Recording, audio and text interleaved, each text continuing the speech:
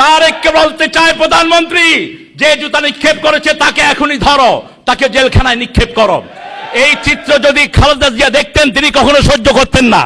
সারা জীবন তিনি আল্লামা সাইদি সাহেব, কামালউদ্দিন জাফরি হাফিজাহুল্লাহর পরামর্শক্রমেই তিনি নিজের জীবন চালনা করেছেন। আমরা আমাদের জায়গাতে কেন প্রোগ্রাম করতে পারলাম না?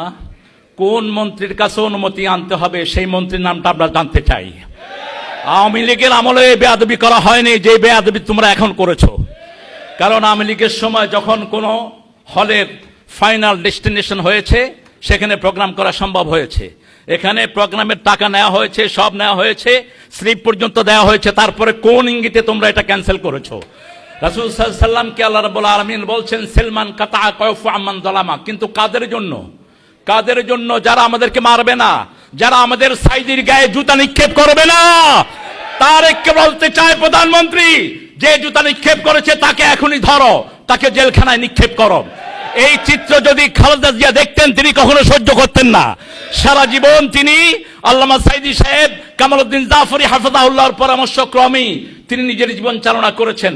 দুটি সূরাতে আল্লাহ রাব্বুল আলামিন একই আয়াত এনেছেন। সূরা আম্বিয়া 92, ইন্না হাযিহি উম্মাতুকুম উম্মাতান ওয়াহিদা আনা রাব্বুকুম ফা'বুদুন। আমরা একটা উম্মত, এক আল্লাহর ইবাদত করতে হবে। সূরা মুমিনুনের 52তে আল্লাহ বলছেন ইন্না হাযিহি উম্মাতুকুম উম্মাতান ওয়াহিদা আনা রাব্বুকুম ফাত্তাকুন। আমাকে ভয় করো। একটা উম্মত, আমরা একটা উম্মত হয়ে থাকতে চাই। কিন্তু উলামা উম্মতি উমানা উম্মতি, আলেমরা হলো জাতির হেফাজতগার। আমাদের ঐক্যের প্রতীক ছিল আল্লামা দেলাওয়ার হোসেন সাঈদী। তার মৃত্যুর পরে যদি তার উপর কোনো আঘাত আসে এটা আমরা সহ্য করে নেব না, যেই কেন্দ্র থেকেই আসুক। কারণ আলেমদের সাথে এহানত করা, আলেমদের সাথে বেইজ্জতিমূলক আচরণ করা এটা কুফরির শামিল। নবীকে কষ্ট দেয়া, আলেমদেরকে কষ্ট দেয়া। আমরা যেন আমাদের আমানতদারিতার সাথে আমাদের দায়িত্ব আমরা পালন করতে পারি। আল্লাহ আমাদেরকে তৌফিক দান করুক। আজকের প্রতিপাদ্য হচ্ছে মতবিরোধ নয়, ঐক্যে ঘটতে চায় আগামীর বাংলাদেশ। উলামায়ে কেরাম হচ্ছে জাতির শ্রেষ্ঠ সন্তান। তাদের মাঝে যখন মতবিরোধ তৈরি হবে এর ব্যাড প্রভাব, খারাপ প্রভাব জাতির মাঝে পড়ে। এই জন্য আলেমদের ঐক্য খুবই গুরুত্বপূর্ণ।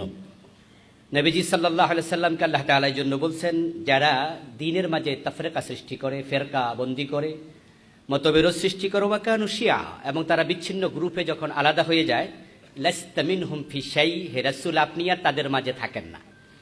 অর্থাৎ যারা মতবিরোধ করে, যারা বিচ্ছিন্ন হয়, তাদের সাথে রাসূল নেই। এই জন্য আমাদের আজকের মেসেজ হচ্ছে আমরা মতবিরোধ করতে চাই না, আমরা ঐক্য করতে চাই।